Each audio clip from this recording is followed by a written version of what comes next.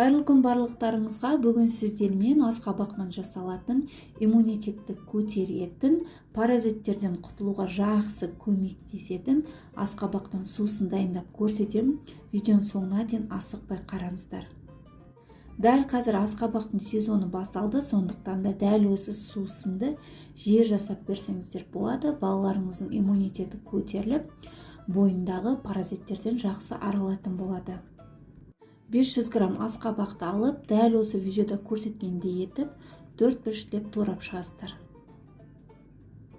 Туралған асқабақтарымызды үлкенде бір ыдысқа саламыз және үстіне салқын су құятын боламыз.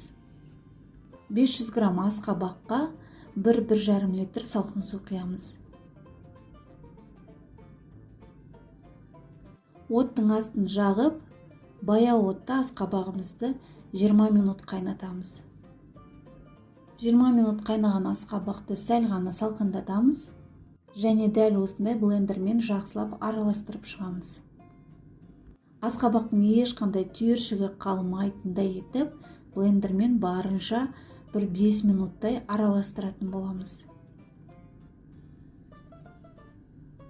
Асқабақты білесіздер, дәруменге өте бай, сондықтан да балаларыңызға дәл осы сусынды жиі жасап берсеңіздер болады. Дүкендегі сусынға қарағанда әлде қайда пайдасы өте жақсы.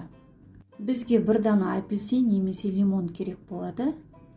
Сізде қайсысы бар, содан қолдана берсеңіз болады. Лимонның суын сығып аламыз. Енді барлығын жақсылап араластырамыз. Егерде балаларыңыз дәмін ұнатпаса, аздап қана табиғи бал қоссаңыздар болады. Мен бір ас қасық толтырып табиғи бал қолдандым. Балымыз ерігенге дейін араластырамыз. Осымен біздің сусынымыз дайын болды. Дайын болған шырынымызды толықтай суытамыз және өзімізге ыңғайлы ыдыстарға құйып қоямыз. Тамақпен бірге дәл осы сусынды қолдансаңыздар болады. Балаларыңызға кішкентай ыдысқа құйып, мектепке беріп жіберсеңіздер де болады. Құрметті көрермендер, осымен біздің асқабақтан дайындалатын, жылдам жасалатын сусынымыз дайын. Сіздерге де кеңес беремін, дәл осы рецептпен жасап көруді.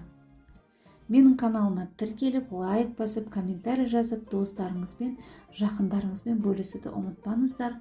Барлықтарыңызға ас болсын.